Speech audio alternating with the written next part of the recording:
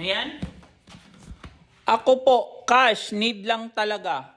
Need mo ang cash. So, bago kita bigyan at bago ka manghingi, ano ang dahilan?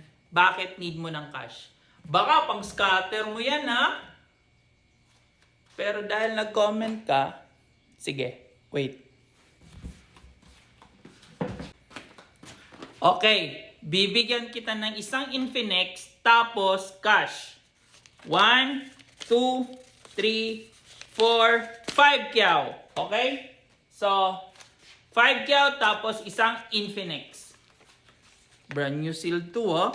So, nagawa mo na ba yung tatlong steps na sinasabi ko? Ha, palagi ko sinasabi yon, tatlong mahiwagang steps. So, kung nagawa mo na, itry mo din i-register yung ate, kuya, kapatid mo, or best friend mo. Para ngayong 30